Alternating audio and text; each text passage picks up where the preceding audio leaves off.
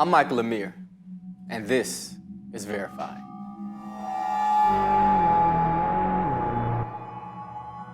Earlier this week, the world witnessed a tragic murder of an unarmed woman by a police officer. The victim, Pamela Turner, was shot 5 times after saying she was pregnant. Now, apparently Turner suffered from schizophrenia, according to the family's attorney, Benjamin Crump. Crump said, "This is a woman who is struggling with schizophrenia. Her daughter just gave birth to her granddaughter. Maybe she's having a moment of channeling her daughter. We don't know. Maybe she is trying to protect herself and say things that will prevent this police officer from further battering her." Turner's funeral is scheduled for May 23rd, Crump said. The Reverend Al Sharpton will deliver the eulogy. According to the police's story, the officer was patrolling an apartment complex in the Houston suburb when he saw Turner, whom he knew had outstanding warrants, and he tried to arrest her. In the cell phone video that went viral, we can see the interaction. Turner yells at the officer, "I'm walking. I'm actually walking to my house," and then accuses the officer of harassing her. Again, according to the police's story, a scuffle ensued and she was able to gain control of the taser and use it on the officer. Fearing for his life, the officer drew his weapon and fired. The officer's name has not been released, but Baytown Police said he's an 11-year veteran of the department. He's on paid administrative leave as authorities investigate. Now check this out. Baytown Police spokesman Lieutenant Steve Doris said, "It's unfortunate and extremely disrespectful that the person who captured the cell phone video shared it on social media." I disagree. As horrible as it is to watch and witness a murder, it's important for the public to see and hear the truth and not just go off the word of the officer who committed the murder. Police have asked the owner of the video to come forward, but Crump said Thursday that he is working with the man to retain an attorney first because, quote, he doesn't trust the police. I don't blame him. Did you know there's a negative history between the police and those who have recorded police brutality in the past? This reminds me of Ramsey Orta. If you don't know the name, you definitely know his work.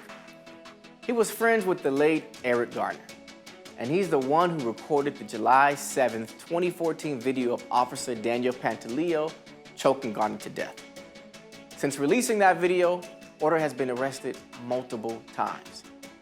He filed one lawsuit and plans to file another, alleging the NYPD has arrested him several times in retaliation for filming the Garner video.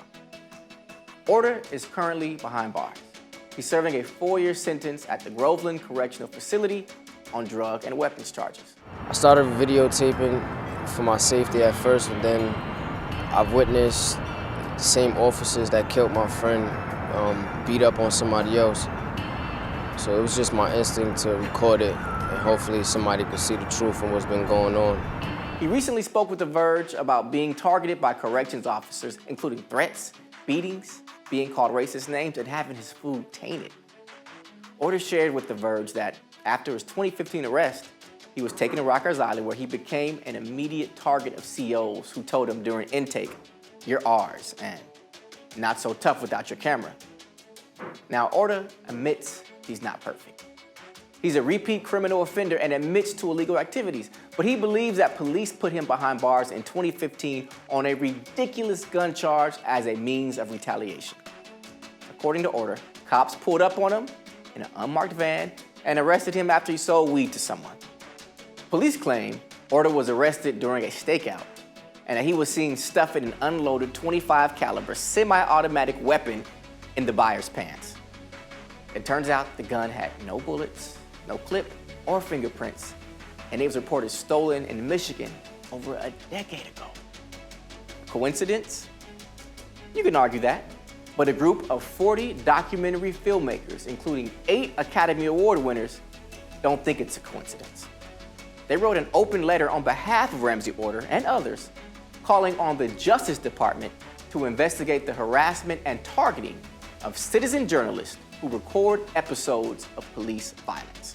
They noted that the citizens who filmed the deaths of Alton Sterling, Philando Castile, and Freddie Gray were all subsequently arrested. Now, knowing all this, do you blame the recorder of this recent murder for being hesitant to come forward? Me neither. Tell me what you think. Drop a comment below. Remember, like, share, subscribe, and tune in every day. Until next time, I'm Michael Amir, and this is Verified.